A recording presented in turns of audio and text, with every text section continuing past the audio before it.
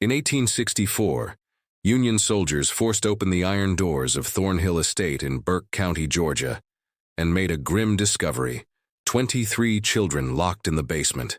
Every one of them shared the same unsettling features: high cheekbones, pale green eyes, and auburn hair streaked with gold. Some were only 4 years old, others nearing adolescence.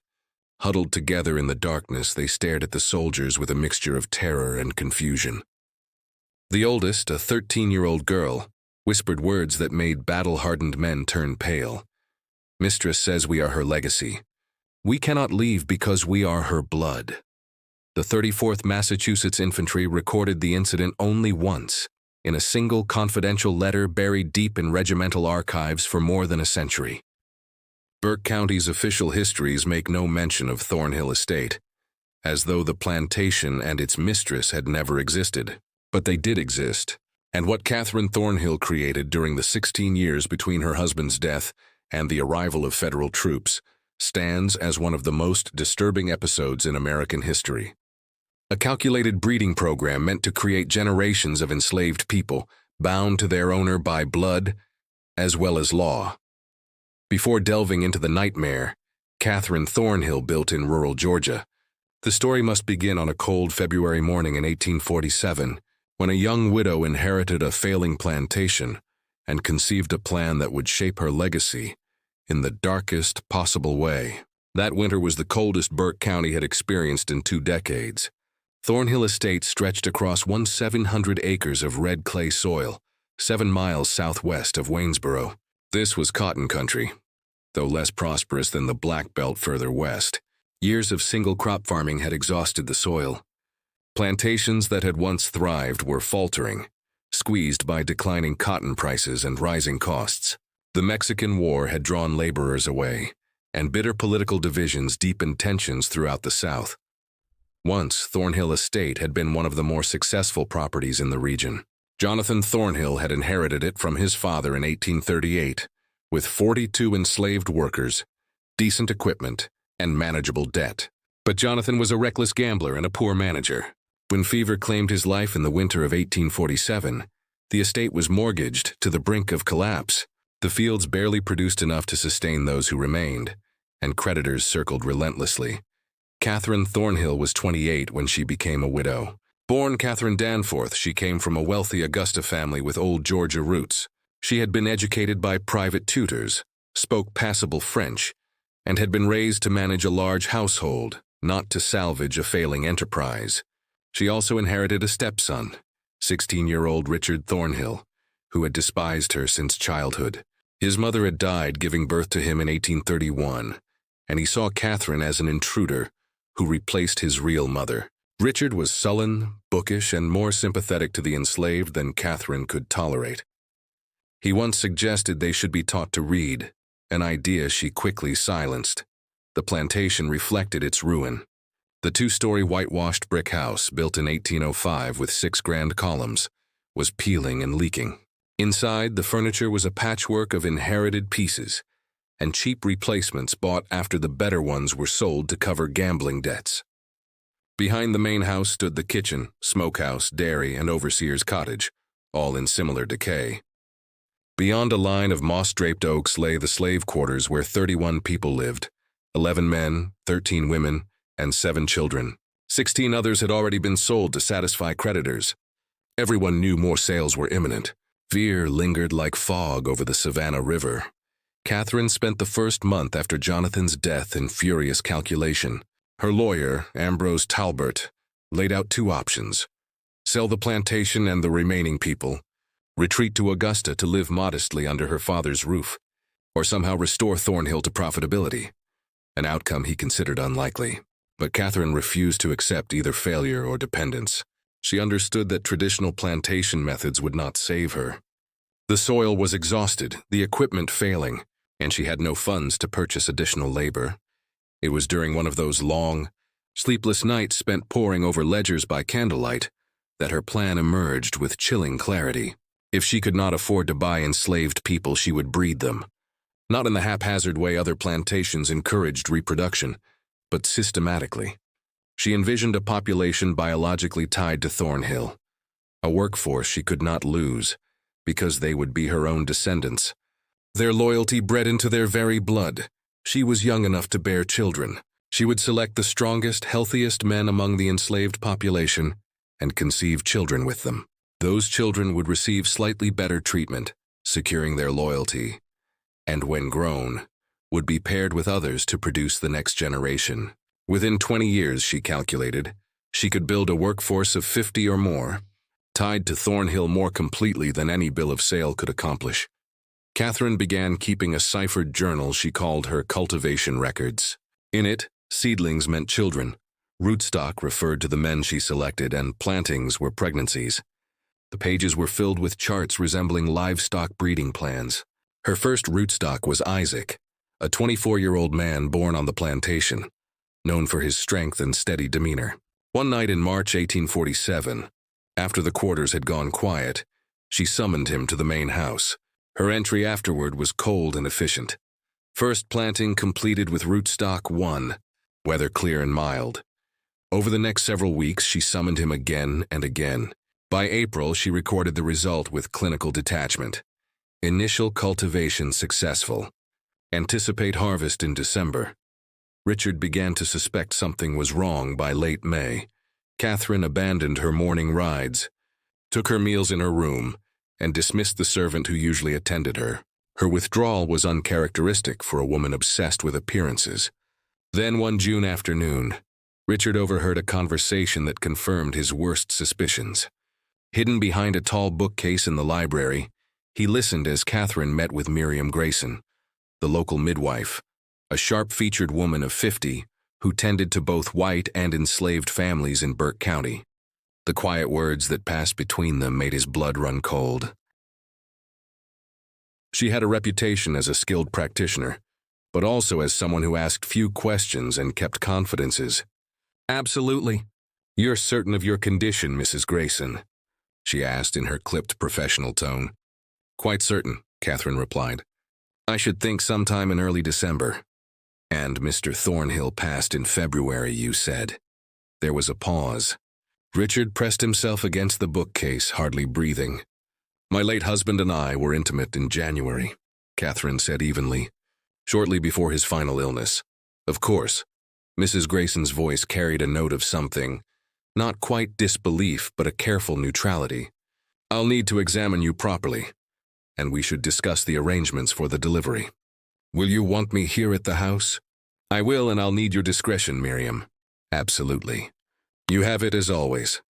Richard waited until both women had left the room before emerging from his hiding place. His hands were shaking. The mathematics didn't work. His father had been bedridden for the entire month of January, barely conscious most days, racked with fever and chills. Richard had sat with him many nights. There had been no possibility of intimate relations between his father and Catherine, which meant the child Catherine was carrying had been conceived after Jonathan's death in March or April, with someone else. The implications made Richard sick to his stomach. If word got out that Catherine had conceived a child out of wedlock, the scandal would destroy what little remained of the family's reputation. Creditors would move immediately to seize the property. The Danforth family in Augusta would disown her. But beyond the practical consequences, Richard was appalled by the deception itself. Catherine intended to claim this child as his father's legitimate heir, to lie to everyone, to build her future on a foundation of fraud. He considered his options. He could confront Catherine directly, but he was only 16, and she held all legal authority over the estate. He could go to lawyer Talbert in Westboro, but without proof, it would be his word against Catherine's, and as a minor, his testimony would carry little weight. He could write to his grandfather Danforth in Augusta, but Catherine read all outgoing mail from the estate. Instead, Richard began to watch Catherine carefully, looking for evidence, trying to understand what she was planning. He noticed that she summoned Isaac to the main house regularly, always after dark, always when the overseer was away in town or occupied with duties elsewhere on the property. He saw how Catherine's manner toward Isaac was different from her treatment of other enslaved workers. Not kind exactly, but less overtly hostile. She spoke to him in full sentences rather than curt commands. By July, Richard was certain Isaac was the father of Catherine's child. The realization filled him with horror, not just at the violation of social and legal boundaries, but at what it revealed about Catherine's character. She had coldly, deliberately chosen to conceive a child with an enslaved man, to claim that child as her late husband's, and to maintain this lie indefinitely. What kind of woman was capable of such calculated deception? He found part of the answer in early August during one of Catherine's rare trips to Wesboro. Richard had been searching for legal documents related to the estate. He had vague thoughts of finding something that might give him leverage over Catherine, when he discovered a leather-bound journal hidden in a locked drawer of Catherine's writing desk. The lock was simple enough for a determined 16-year-old to pick. The journal was written in cipher, but Richard had always been good with puzzles. It took him 3 days, working in secret whenever Catherine was out of the house, to crack the basic substitution pattern. What he read made his blood run cold. Catherine wasn't just having an affair with Isaac. She was implementing a deliberate breeding program. The journal laid it out in chilling detail.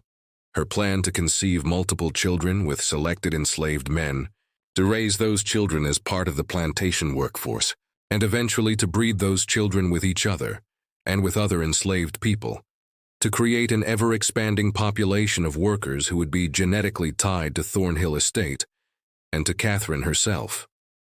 There were charts, calculations of expected births over 5-year periods, notes on which men displayed desirable physical characteristics, speculation about whether traits like strength, intelligence, and temperament were heritable. It read like something from a livestock breeder's manual, except the livestock were human beings. Richard copied several pages of the journal, translating the cipher into plain English, his hand shaking so badly he could barely hold the pen. This was evidence. This was proof of Catherine's depravity. He could take this to the authorities. He could expose her. But that night at dinner, Catherine looked at him with those cold green eyes and said casually, "Richard, have you been in my study recently? Some of my papers seem to have been disturbed." "No, ma'am," Richard lied, his throat tight. "I keep certain documents locked away for good reason," Catherine continued, cutting her meat with precise strokes. "If I ever found that someone had violated my privacy, broken my trust in such a fundamental way, I'm afraid I would have to take serious action. Do you understand?" "Yes, ma'am." "Good. Because family loyalty is everything, Richard. Everything. Without it, we're simply animals tearing at each other." She smiled, but it didn't reach her eyes. "I know you loved your father very much. I would hate for his memory to be tarnished by scandal, especially scandal that might emerge from within his own household." The threat was clear. If Richard tried to expose Catherine, she would find a way to turn it back on him, to paint him as a disturbed, resentful stepson inventing lies about a grieving widow. Who would people believe? A respected plantation mistress from a prominent family, or an awkward teenage boy with known resentment toward his stepmother? Richard returned to his room that night and burned the pages he had copied, but he kept watching Catherine and he began to feel increasingly unwell. It started with fatigue.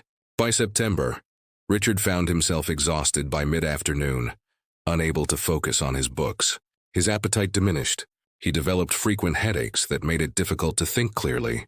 By October, he was experiencing muscle weakness and occasional stomach pains. Catherine showed great concern. She insisted Richard stay in bed. She prepared his meals herself, bringing him bowls of soup and plates of soft foods. She summoned Mrs. Grayson to examine him. The midwife, who also served as a general medical practitioner in the absence of a proper physician, diagnosed nervous exhaustion complicated by possible consumption. She prescribed rest, fresh air when Richard felt strong enough, and a special tonic that Catherine obtained from a pharmacy in Augusta. "Tuberculosis often strikes young men of sensitive disposition," Catherine told Richard, adjusting his pillows with attentive care. "Your father had a cousin who died of it at just your age. We must be very vigilant." Richard knew better. He had read about arsenic poisoning during his hours in the library. He recognized the symptoms in himself: the fatigue, the digestive troubles, the muscle weakness. Catherine was slowly killing him, disguising murder as disease, eliminating the one person who knew her secret and posed a threat to her plans. But he was too weak to fight back, too isolated to get help. The house servants followed Catherine's orders absolutely. The overseer rarely came to the main house. Richard's room was on the second floor, and by November he barely had the strength to get out of bed, let alone escape the property and reach Westboro. He made one final attempt to expose Catherine in late November, writing a letter to his grandfather, Danforth, in Augusta. Took him 3 days to compose it, working for a few minutes at a time before exhaustion overwhelmed him. He described Catherine's breeding program, her journal, the poisoning. He sealed the letter and gave it to one of the younger house servants, a girl named Pearl, begging her to post it in Westboro without telling Catherine. Pearl took the letter, but she also told Catherine, terrified of what would happen if the mistress discovered she'd been keeping secrets. Catherine read the letter expressionless, then burned it in the fireplace in front of Richard. "You're very ill, darling," she said softly, almost tenderly. "The fever is affecting your mind. You're imagining things that aren't real. It's a mercy, really, that you won't have to suffer much longer."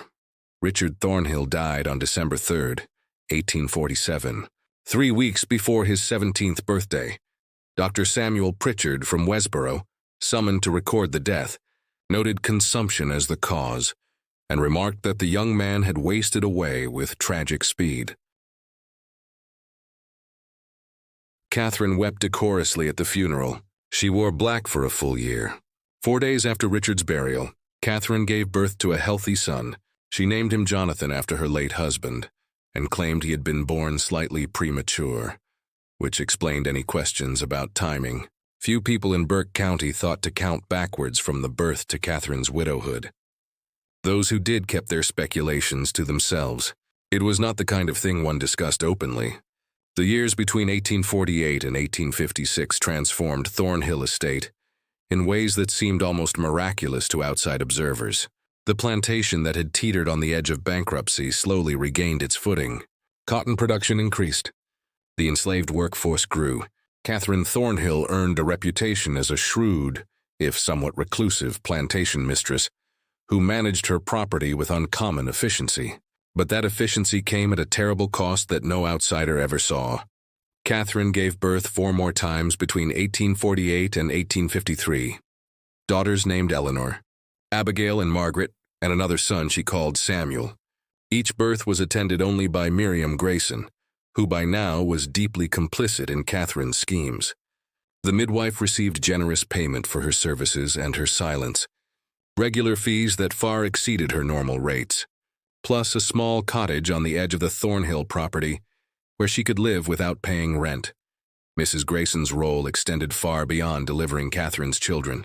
She also performed a darker function, ensuring that enslaved women on the property only gave birth to children who fit Catherine's careful plans. When pregnancies occurred outside Catherine's controlled pairings, and they did, because human beings will form attachments and intimate relationships even in the most oppressive circumstances, Mrs. Grayson provided abortifacients, plant-based compounds that induced miscarriages. She performed these procedures in a small room behind the overseer's cottage, away from the main house, away from witnesses. The women subjected to these forced abortions rarely spoke of them, even to each other. The trauma was profound, the grief unvoicable in a system that already denied them autonomy over their own bodies. But whispers circulated through the quarters anyway. Stories of women who had been pregnant 1 week and bleeding the next, who were told they had simply lost the babies naturally, though everyone knew Mrs. Grayson had been involved. One woman named Ruth tried to resist. In the spring of 1851, she was 5 months pregnant when Catherine discovered that the father was not the man Catherine had designated for her, but instead a young field hand named Samuel, with whom Ruth had formed a genuine attachment. Catherine ordered Mrs. Grayson to terminate the pregnancy immediately. Ruth ran. She made it nearly 4 miles into the pine forest southwest of the plantation before the overseer's dogs tracked her down. She was dragged back to Thornhill Estate, held down by 2 men, while Mrs. Grayson forcibly administered the abortifacient compounds. Ruth survived the ordeal physically, but something fundamental broke inside her. She worked mechanically after that, spoke rarely, and died 2 years later during a fever outbreak that swept through the quarters. She was 24 years old, but Ruth's tragedy was just one among many. By 1856, Catherine's program had produced 7 children of her own, all of whom were being raised in a peculiar liminal space. They were legally enslaved. Catherine had registered them as such in the county records, claiming them as children born to enslaved women on the property, which gave her legal ownership of them. But in practice, they lived in the main house, wore decent clothes, ate better food than the other enslaved children, and received informal education from Catherine herself. Young Jonathan, the eldest, was 8 years old in 1856. He was a serious, quiet child who resembled Catherine strongly. The same green eyes, the same auburn hair, the same sharp features. He had no memory of his father, Isaac, who had been sold to a plantation in Alabama in 1849. Catherine had found Isaac's presence a complication once his purpose had been served. The money from his sale helped pay down some of the estate's remaining debts. The younger children knew nothing of their true parentage. Catherine told them they were fortunate orphans whom she had taken into her household out of Christian charity. She taught them to read and write, a dangerous illegality in Georgia, where teaching enslaved people literacy was prohibited by law. But Catherine was confident no one from the outside would ever enter her home and discover what she was teaching these children. She was grooming them, preparing them for the next phase of her plan. But that phase required patience. The children needed to reach physical maturity before they could be used for breeding. Catherine continued her meticulous record-keeping, tracking their growth, their health, their temperaments. She noted which children showed physical strength, which seemed more intelligent, which were more compliant. She was planning pairings decades in advance. In the meantime, she continued having children of her own. 3 more were born between 1854 and 1856, sons named William and Henry, and a daughter called Caroline. Each had a different father carefully selected from among the enslaved men on the property. Catherine's criteria were ruthlessly practical. Physical health, strength, decent teeth, good eyesight, no obvious impairments. She cared nothing for their personalities or characters. They were, in her mind, simply genetic material to be utilized. The men themselves had no choice in the matter. When Catherine summoned them to the main house, they came, knowing that refusal would mean brutal punishment or sale. Some of them understood what was happening, that the children Catherine bore would be their own biological offspring, even as those children would be raised to think of Catherine as their benefactor and savior.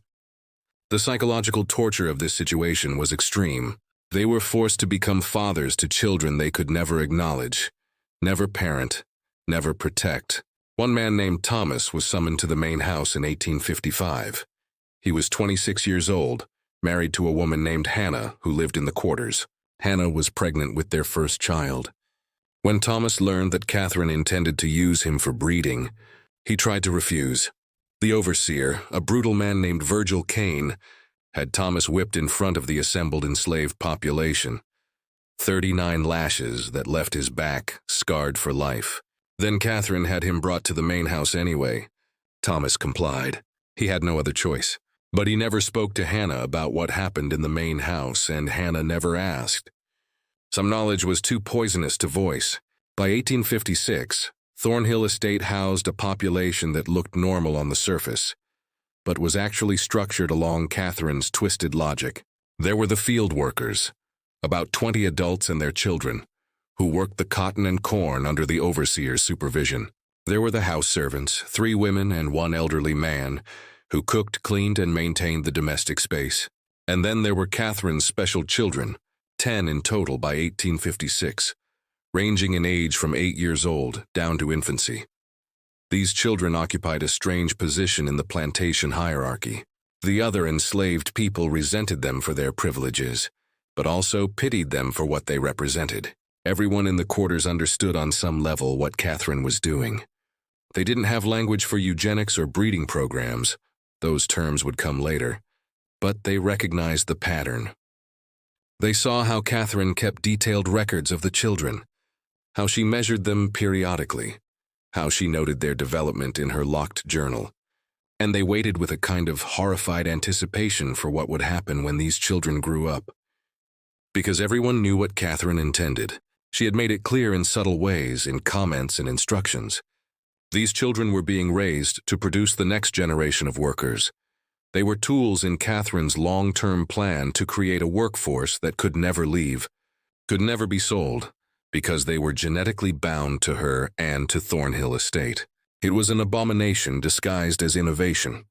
But in the isolated world of a rural Georgia plantation in the 1850s, with no outside oversight and absolute power concentrated in the hands of the property owner, Catherine was able to pursue her vision without interference.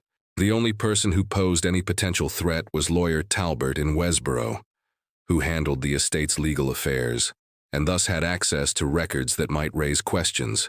But Talbot was a practical man who valued profitable clients, and by 1856 Thornhill Estate was becoming profitable. The cotton yields were improving.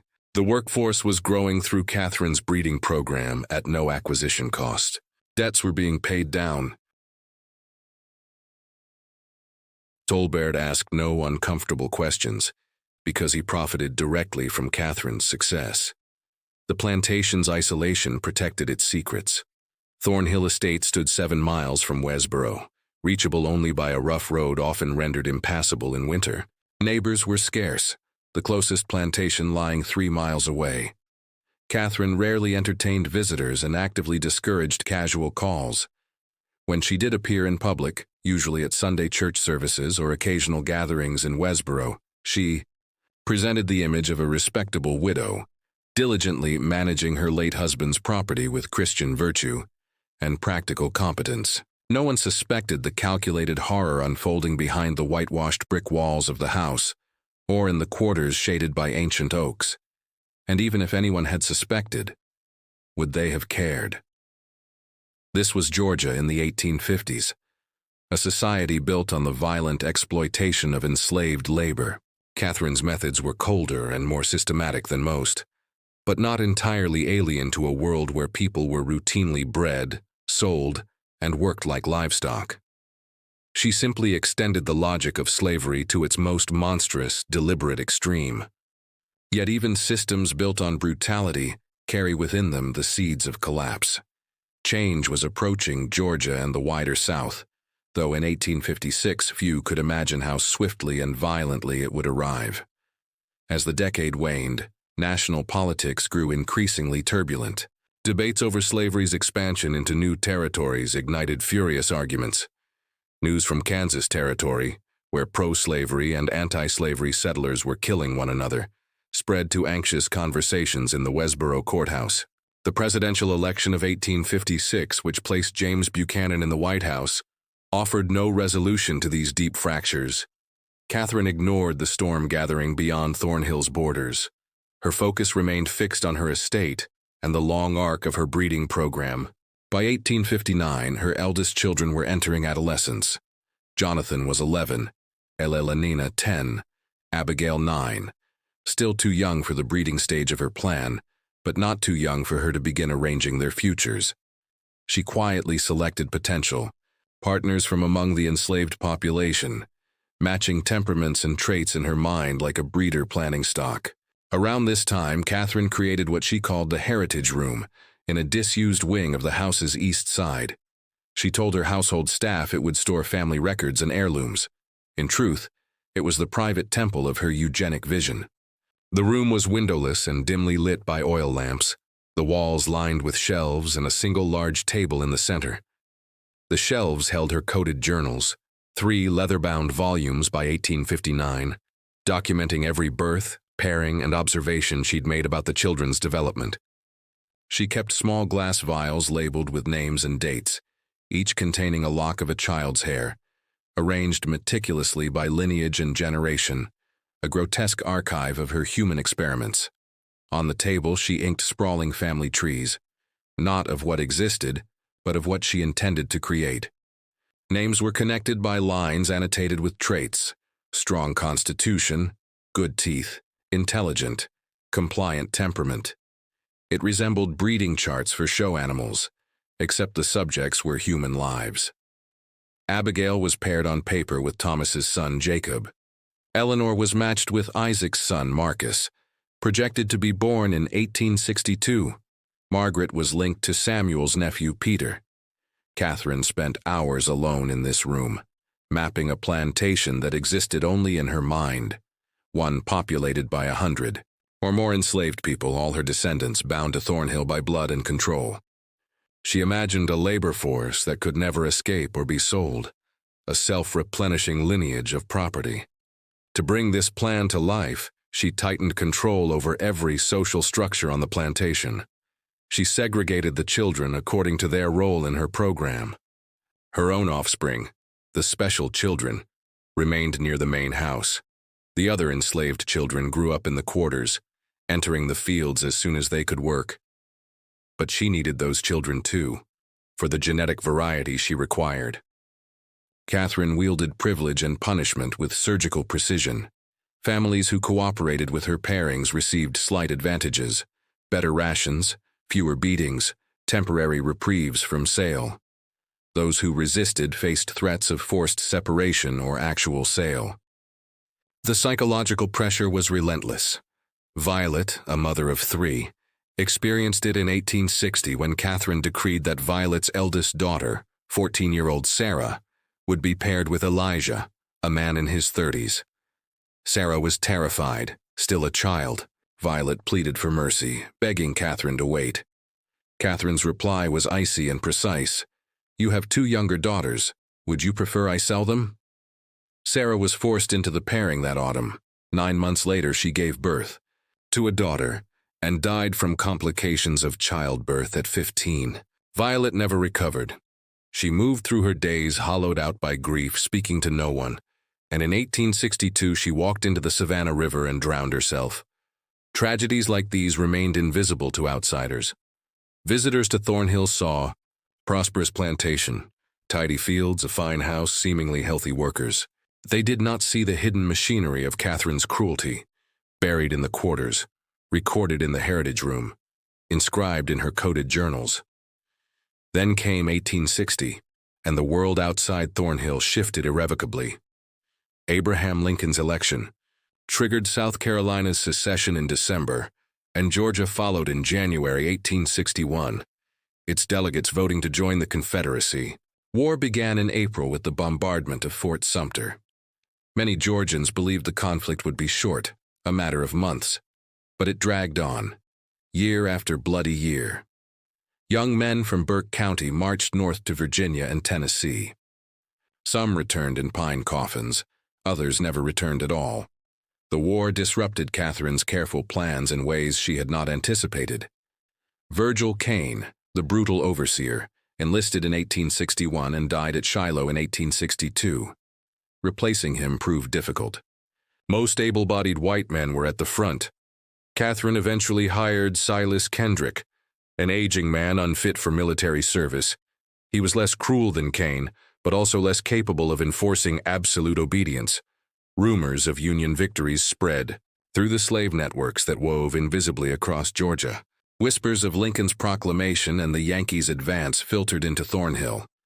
The enslaved people sensed a shifting balance of power. Catherine responded by locking the plantation down. She forbade anyone to leave, not even to visit nearby kin. She modestly increased rations to dull the temptation to flee, and she accelerated her breeding program, pushing her eldest children into pairings ahead of schedule. Jonathan, her firstborn, turned 15 in December 1862. Catherine deemed him ready. She selected Rachel, a 16-year-old girl born to field hands, as his partner. Rachel had no voice in the decision. In February 1863, Catherine staged a mock wedding in the main house, a hollow ceremony with no legal standing, meant only to cloak the violence of forced breeding in a veneer of Christian respectability. Jonathan, who had grown up separated from the other enslaved people and had been taught to see Catherine as his savior, accepted the forced pairing without protest. He had no idea that Catherine was his biological mother. No sense of how profoundly warped the situation truly was. Rachel, numbed by trauma, said nothing. But others in the quarters saw everything. They watched as Catherine paired the children she had raised in the main house with young people from the quarters, recognizing at once that this was the next phase of her long, methodical plan. A quiet, desperate rage began to fester among them, rage that could not yet be acted upon but waited, coiled, for the right moment to strike. In the spring of 1863, grim news arrived in Burke County. Confederate armies were faltering. The Union had taken control of the Mississippi River with the fall of Vicksburg. Lee's northern invasion ended in catastrophe at Gettysburg that July. Shortages of food, cloth, and other basic necessities hit even the white planter families hard. And for the enslaved, the strain grew unbearable. Catherine tightened rations and control. But something far more dangerous to her power was happening within Thornhill itself. The children she had bred and raised in ignorance were beginning to discover the truth. It started with Elelanena, Catherine's second-born daughter, then 14. Always observant and questioning, she stumbled across one of Catherine's coded journals in May 1863, after her mother carelessly left it unlocked in the study. She had been taught to read by Catherine herself, and had the intelligence and curiosity to puzzle out the cipher. For 3 weeks, she secretly worked to decode the substitution system, as Richard had done 16 years earlier. When she finally broke it, the revelations shattered her world. The journal chronicled her conception in clinical, chilling language. Second planting with rootstock, too. Thomas, age 21, excellent physical specimen. Strong back, good teeth, weather warm and humid. Anticipate harvest in late October 1848. Elelanena stared at the words, hands trembling. She knew Thomas. He was one of the field hands, quiet, avoiding eye contact, carrying himself with the weary caution of a man who'd learned to endure. He was her father. Catherine was her mother. She wasn't an orphan rescued out of charity. She was the deliberate product of Catherine's breeding program. The understanding swept over her in waves. If this was true for her, it was true for Jonathan, Abigail, Margaret, all of them. They were Catherine's children, conceived with enslaved men and raised on lies. The journal went further, laying out future pairings and plans for generations to come. She saw her name inked onto a chart, tied by a line to Marcus. Isaac's son to be born 1862, pairing. With Eleanor anticipated 1865. A boy not even born yet had already been chosen as the father of her future children. Children who would be enslaved and bound to Thornhill forever. That night, Elelanena confronted Catherine, her voice raw with fury. I read your journal. I know what you are. I know what I am. Catherine's expression hardened, her tone cutting as she ordered, You should not have done that, Elelanena. You're my mother. Thomas is my father. You've been planning to breed us like animals. The words scraped out of her throat. Catherine's voice sharpened. Sit down. Elelanena sat, trembling. Catherine paced the room, assessing the threat her daughter now posed. Finally, she laid the truth bare. Yes, I am your mother. Yes, I have built a program to create a self-sustaining workforce. And yes, you will participate. Elelena's denial wavered. Catherine leaned close. The alternative is worse. If you refuse, I'll sell you to Alabama or Mississippi, where they work women to death in 5 years, where literacy earns a whipping. Do you want that? Elelanena wept silently. Catherine straightened. You will tell no one, not your brothers, not your sisters. You will live as before and fulfill your role when the time comes. But Catherine had made a fatal misstep. She had revealed the truth and assumed fear would silence her daughter. It didn't. Slowly, cautiously, Elelanena told Jonathan first. She recited the journal entries she had memorized. His response chilled her. He was too indoctrinated, too molded by Catherine's control. She gave us a better life, he said, confused by Elelena's anger. We could have been in the fields. We're property, Jonathan, slaves. Our own mother enslaved us. She's protecting us, he insisted, keeping us together. We stay at Thornhill. Elelanena saw, with growing horror, that her brother couldn't see the cage for what it was. But Abigail, sharp and quick at 13, understood immediately. Margaret at 12 understood too. The younger children didn't fully grasp it yet, but the older ones did. The air in the main house shifted after that. Catherine could feel it, the way her children's eyes lingered on her.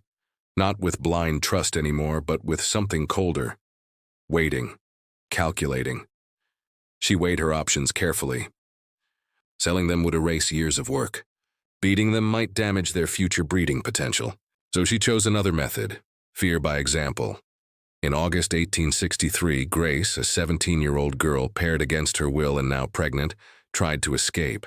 She fled east under cover of night, hoping to reach the Savannah River and then Union lines. She made it only 3 miles before the dogs found her at a creek. She was locked in an outbuilding overnight. The next morning, Catherine gathered everyone in the yard between the quarters and the main house. Field hands, house servants, children, including her own. Grace was dragged out, wrists bound. Catherine stood on the porch, her voice as cold as stone. This woman attempted to abandon her responsibilities to this estate, and to all of you. She attempted to destroy the family we have built here. The penalty must be severe. Grace was whipped 20 times by Kendrick, the aging overseer who obeyed without looking up. Catherine forced every child to watch. The message was simple. Anyone who tried to leave would face the same fate. But Catherine's cruelty backfired. The sight of Grace's punishment didn't crush the spirit of the quarters. It sharpened it. It proved Catherine's fear. If she had to use violence this openly, she was losing control. Whispers began threading through the quarters. Whispers of holding on until the Yankees came. Whispers that something was changing. Elena heard them. She began slipping away to the quarters when Catherine wasn't watching, forging connections with the people she had been raised apart from. She learned about Thomas, her father, and the other men Catherine had used. She heard the stories of the women who had been forced into pairings, who had died or been broken under Catherine's program. The truth was no longer hidden. It was alive, whispered in the dark, waiting. One evening in October, Elena met with a small group of older enslaved women in the woods just beyond the quarters. They formed a circle beneath the dark canopy, their whispers barely louder than the rustling leaves. A woman named Hope, well into her 40s, regarded Elena with a blend of pity and hard-earned respect. "Your mama," Hope said softly. "She thinks she made something special here. Thinks she made family. But all she did was make people who hate her in ways she can't even begin to understand." Eleanor's voice trembled as she asked what would happen when the war ended. Hope's eyes flickered with the firelight. "Depends on who wins," she answered. "Yankees win, we're free. Confederates win, things stay the same or get worse. But either way, your mama can't keep doing what she's been doing. Too many know, too many angry. Something got to break." Eleanor hesitated, then said, "What if we made it break?" The women fell silent, startled by the boldness of her words. Hope leaned closer. "What you saying, child?" Eleanor's voice was quiet but steady. "What if we didn't wait for the war to end? What if we ended this ourselves?" The thought hung between them, dangerous, thrilling, and terrifying. A younger woman named Anna broke the silence. "You talking about running, taking everyone and running? Or fighting?" Hope's face hardened with practical calculation. "There's only Mrs. Catherine and old Mr. Kendrick. 40 of us. 20 are children. Where are we going to go? Confederates catch runaways, kill us or sell us further south. And you," she looked at Eleanor, "you think they'll see you as one of us or one of them?" The question cut deep. Eleanor's skin was lighter. She had grown up in the main house, educated, set apart. She wasn't sure where she belonged, or if anyone would follow her. Before Eleanor could answer, the snap of footsteps in the underbrush shattered the moment. The group scattered soundlessly, slipping into the darkness like shadows dissolving. Eleanor sprinted toward the main house, her pulse pounding, convinced someone had overheard their meeting. For hours she braced for Catherine's wrath, but nothing happened. Days passed without punishment. Yet the idea they had spoken aloud, the possibility of choosing their own fate, had taken root like wildfire. It crept through the quarters, carried in whispers and glances, strengthening in secret. Catherine sensed the shift in the air but couldn't locate its source. She tightened her grip on the estate, Kendrick patrolling the quarters at night, curfews enforced more strictly. The tension became suffocating, like the heavy silence before a thunderstorm, the horizon blackening with gathering force. The breaking point came in March of 1864, though not in the way anyone anticipated. A detachment of Confederate cavalry rode through Burke County, demanding supplies for the faltering war. Catherine, with no choice, handed over corn, preserved meat, and 2 prized horses. The soldiers camped in the fields overnight, speaking freely around their fires. Their words carried grim news. Sherman's forces were cutting through Georgia. The Confederacy was unraveling, and defeat loomed near. Some admitted the war was already lost. These fragments of conversation spread quickly. The enslaved people at Thornhill listened, hope swelling in their chests. Freedom felt close now, maybe weeks, maybe months. They only had to endure a little longer. Catherine, however, heard that same hope and understood its danger. If the Confederacy fell, her entire system would collapse. Her carefully bred children would walk away. The plantation would empty. And 16 years of control would vanish. She resolved to act. On the night of March 17, 1864, she summoned her 11 children to the main house. Jonathan, Elena, Abigail, Margaret, Samuel, William, Henry, Caroline, and the youngest 3 infants. Her voice was calm, but her eyes burned with a fevered clarity. "The war may end badly for us," she said. "The Yankees may come. There may be attempts to take you from me. I cannot allow that." Cold dread slid through Eleanor's veins. Catherine led them into the heritage room, the forbidden chamber none but Jonathan had ever entered. Oil lamps revealed walls lined with journals, strands of hair sealed in vials, and intricate family charts pinned in precise lines. "This is our legacy," Catherine declared, "and no one will take it from us." She unlocked a small wooden box and revealed several glass bottles filled with clear liquid. "This is a medicine called laudanum," she said. "In small doses, it eases pain. Larger doses, it gives eternal peace." Abigail's breath caught. "You want to poison us?" Catherine's tone softened with manic conviction. "I want to protect you. If the Yankees come, you'll belong nowhere. Not white, not black, outcasts. Is that better than staying together?" Eleanor stepped forward, her voice hard as iron. "Yes, anything is better than this." Catherine's face tightened. "You're too young to understand. But I am your mother. I know what's best." She reached for the bottles, but Jonathan moved between her and the others. Taller now, no longer the obedient boy she'd molded. "No," he said quietly. Catherine's voice sharpened. "Jonathan, don't be foolish. You understand the plan. You always have." He shook his head slowly. "I understood what you told me. But Eleanor showed me the journals. I read what you wrote about us. About Father Isaac, about Father Thomas. About all of them. I know what you did." Catherine's mask cracked. "I am your mother," she hissed. "You're a monster," Jonathan said, the word breaking in his throat. Catherine's hand struck his face like a whip. "How dare you? After everything I've given you." "You gave nothing," Eleanor said, stepping beside him. "You took. You destroyed. You destroyed us." Catherine stared at her children, and for the first time truly saw them, not as subjects in her design, but as people united against her.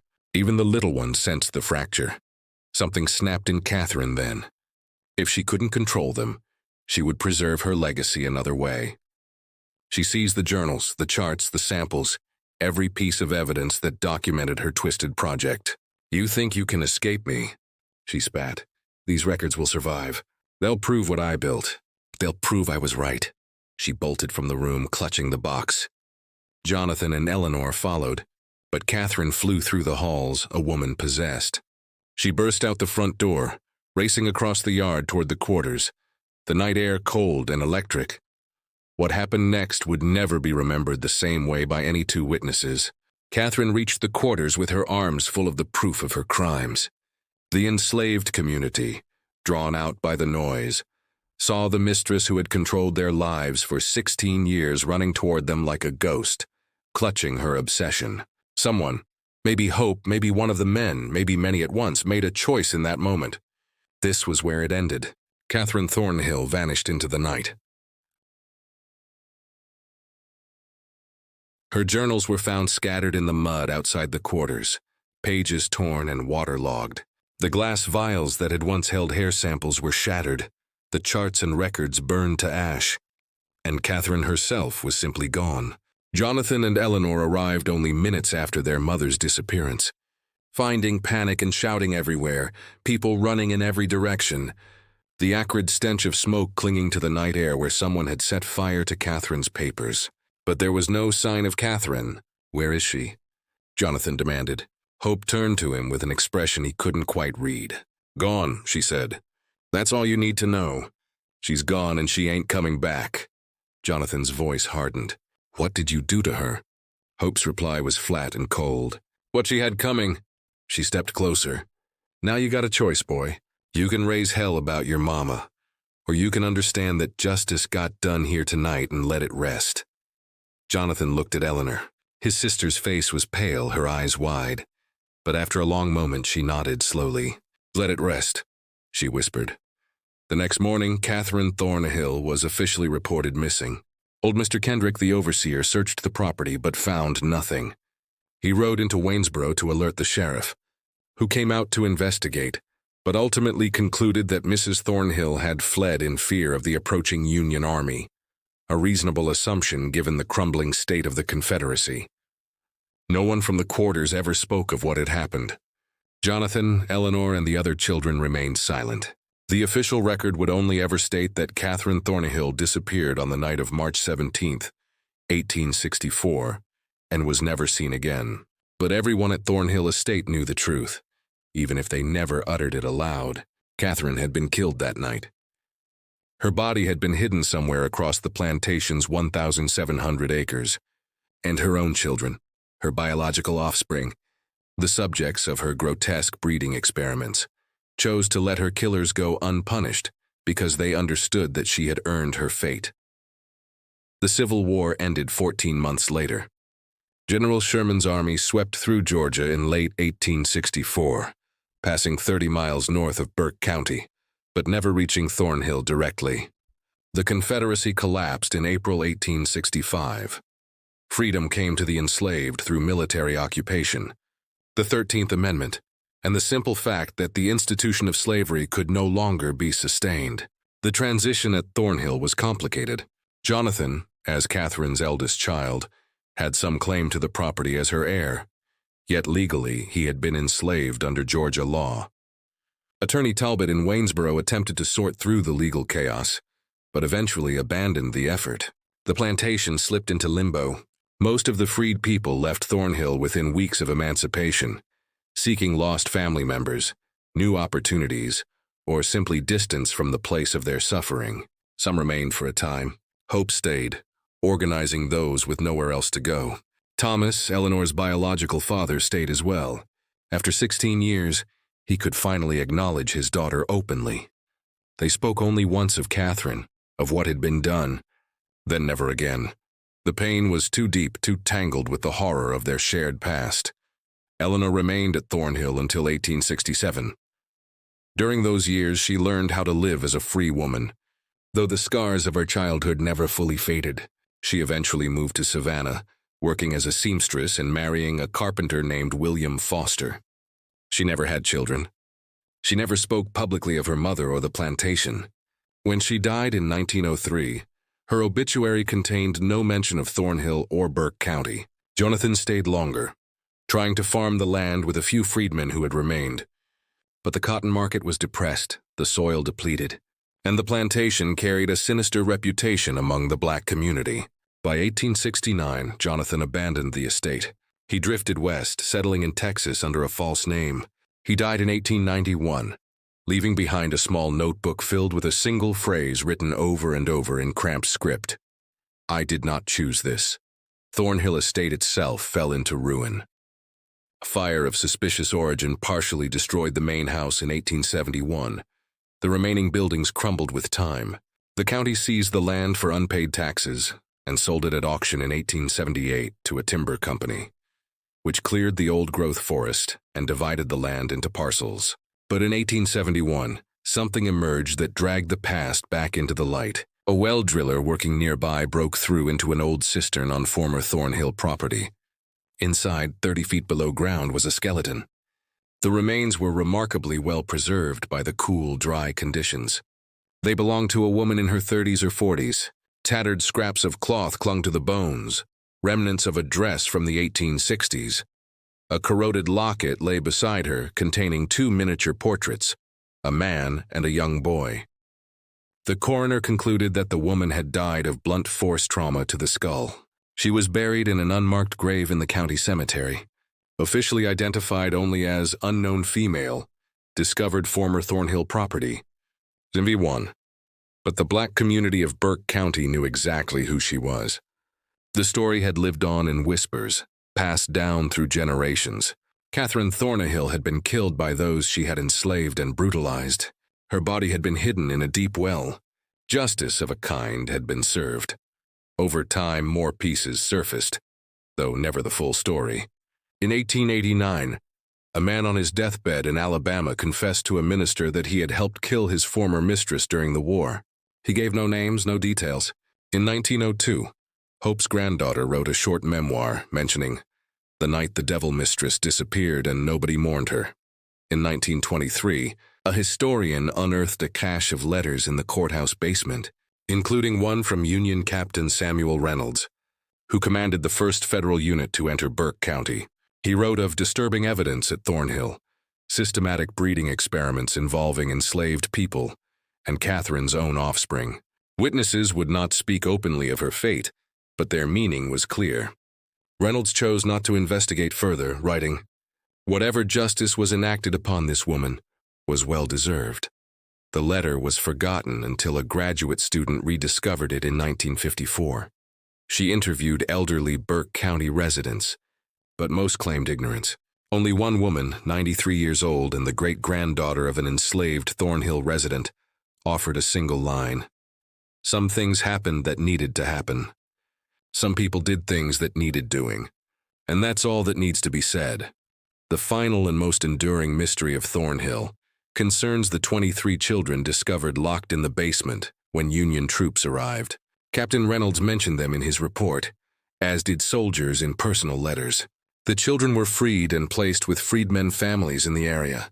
After that, their fates vanished from record. Some likely grew to adulthood and had children of their own. That means there are probably people alive today, somewhere in Georgia or beyond, who carry Catherine Thornhill's blood without ever knowing it. They might descend from Jonathan, Eleanor, or any of the others. They might carry pale green eyes, auburn hair, sharp cheekbones, physical echoes of Catherine's calculated cruelty. They would never know that their ancestor built her legacy on one of the most deliberate systems of exploitation in American history, or that her body lies in an unmarked grave in Burke County, placed there by those she had tormented, whose names history never recorded because they protected one another even in freedom. Today, the site of Thornhill is just quiet fields and forest. There is no historical marker, no plaque. The house's foundation still exists, hidden beneath layers of soil and leaves. The well that once held Catherine's body has long since collapsed, but the story remains. It lives on in whispered oral histories, in genealogical rumors, in obscure academic references to slavery and eugenics. It persists because it reveals something brutally true about American history. Not just the horrors of slavery, but how absolute power can twist the human mind into rationalizing unspeakable cruelty. Catherine Thornhill believed she was creating something revolutionary, a self-perpetuating system of human control. In reality, she deepened one of humanity's greatest evils. In the end, the people she tried to erase erased her instead, striking her from the official record so thoroughly that only fragments remain. Some truths may still be buried beneath that land in Burke County, known only to the dead. And maybe that's how it should be. Some stories belong to the people who endured them. But remembering their resistance, their survival, their quiet act of erasure, is its own kind of justice.